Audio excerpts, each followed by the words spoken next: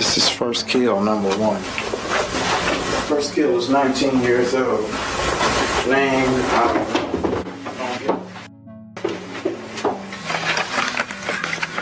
first kill was nice. Hello, Cassie. I'm getting you on tape, okay? Say hi, please. Hi. Just killed Cassie. This is not a fucking joke. I'm shaking. I stabbed her in the throat and I saw her lifeless body. Dude, I just killed Cassie. These are moments when criminals vlog their own crimes. Let's start with two 16-year-old high school students who made an entire documentary about murdering their own classmates. We're not going not to get caught, Ryan. If we're going for guns, we're just going to end it. We're just going to grab the guns and get out of there, kill everybody and leave. We're going to make history. We're going to make history. For all you FBI agents watching this, you weren't quick enough. We were quick enough and you weren't. On September 22nd, 2006, Brian Lee Draper and Tori Michael Adam Chickick, friends bonded over a shared interest in horror movies, especially the 1996 film Scream. Brian and Tori chose to imitate the movie's plot by carrying out a real-life murder spree, targeting their fellow female student, Danny Dixon, as their first victim. And we're going over to Danny Dixon's house. We're gonna go snoop around over there and try to see if she's home alone or not. And if she's home alone, splat! She did. Don't fear. People will die. Unfortunately for them, Dixon wasn't home alone, forcing them to abandon her as their first target and pick a more vulnerable victim, someone they had easier access to. Dixon's house. It's clear out there in the pasture. We've already snooped around her house a couple times. She's not home, so we're gonna go to the church over there and we're gonna call a girl and a guy named Cassie and Matt. They're our friends, but we have to make sacrifices. So I feel tonight it is the night, and I feel really weird. Inside my stomach and stuff, and I feel like I want to kill somebody. She's our friend, but you know what? We all have to make sacrifices. Our first victim is going to be Cassie Stoddard and her friends. Turn your brights off, asshole. We'll find out if she has friends over. She's gonna be alone in a big, dark house out in the middle of nowhere. How perfect can you get? I mean, like, holy shit, dude. I'm horny just thinking about it. Hell yeah.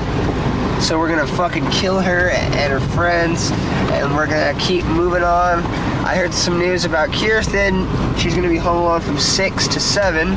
So we might kill her, then drive over to Cassie's thing, and scare the shit out of them, then kill them one by fucking one. Hell yeah. Why one by one? Why can't it be a slaughterhouse? 2 by 2 and 3 by 3. The two new targets Brian and Tori focused on were Cassie Jo Stoddard and her boyfriend Matt Beckham, both high school classmates and friends of the boys. That night, Cassie wasn't home alone, making it impossible for Brian and Tori to go through with their plan. However, they soon learned Cassie would be house-sitting for her aunt and uncle at their remote home the next day, Friday, and would be alone all weekend while the couple was away on a trip. Seeing this as the perfect opportunity, the pair resumed vlogging the next morning, even filming Cassie at school, unaware it would be her last day. Hey, look, it's Cassie. Hey, look, I don't know. Hello, Cassie. I'm getting you on tape, okay? Say hi, please. Hi. Okay, see ya. Wait, have you seen Tori? He's supposed to meet me here at 7:30, and it's 8:19. He's an hour late. You don't even care, do you? Okay. See ya. Brian and Tori tricked their way into getting an invitation to watch a movie with Cassie and her boyfriend Matt at the house she was watching, which fit perfectly with their evil plan. They accepted the offer, then went to the school library, where they further discussed and wrote down the details of how they planned to carry out the crime. Where it's supposed to happen tonight. So hopefully I can move her along. My dad was for accident tonight. She's watching us. I'm still watching. I'm sorry. I'm sorry, Cassie's family, but GID number one. We have to stick with the plan. And she's perfect, so she's gonna die. Anyway, we're stopping Kirsten Barnes' house, probably. And then we have a new victim now. Her name is Miranda Chacon. She started Just a big silly. She told me to be quiet and shut up, so now she's dead. I've always wanted to make a mark on the world and stuff. And this is a good way to do it. That night, Brian and Tori arrived at Cassie's aunt's house under the pretense of watching a movie before settling in. Cassie and Matt showed them around, and during the tour, Brian and Tori left the basement door open to return later and execute their plan. Then just as the movie was about to start, they changed their minds, saying they'd rather watch it at the theaters. They left only to come back later that night to commit their crime. Here in his car.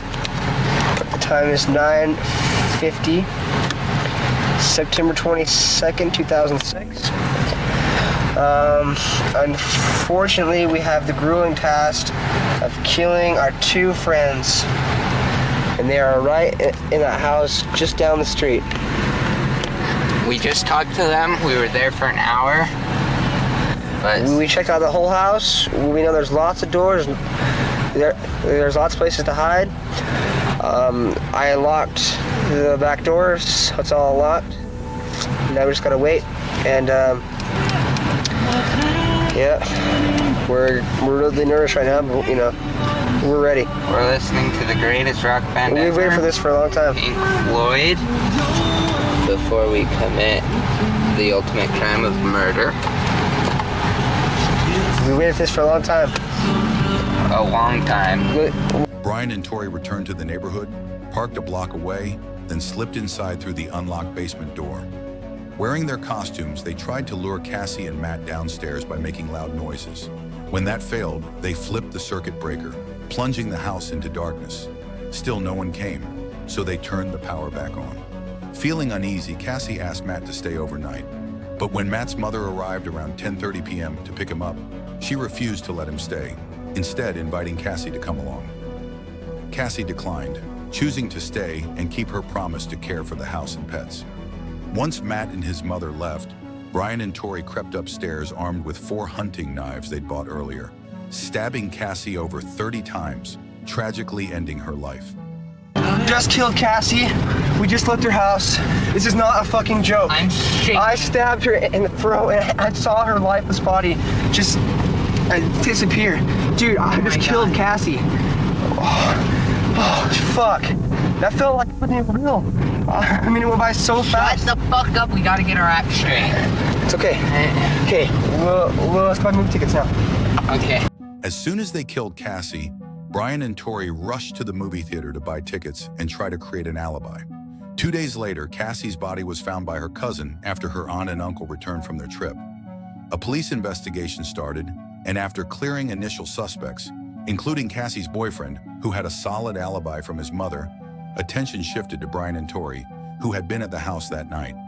It didn't take long for investigators to notice inconsistencies in their stories, even though Brian admitted on tape to slitting Cassie's throat. I stabbed her in the throat and Just moving for.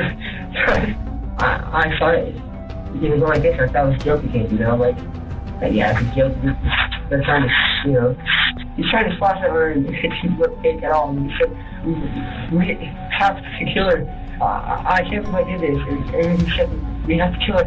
And so we stabbed her out of the way, and then he just kept.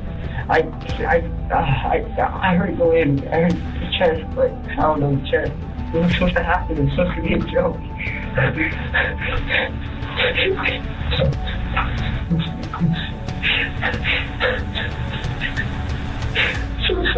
By turning Brian and Tori against each other, detectives secured confessions, recovered the murder weapons, and restored destroyed tapes. Both Brian Draper and Tori Adam Schickik were charged with first-degree murder, found guilty, and sentenced to life in prison without parole.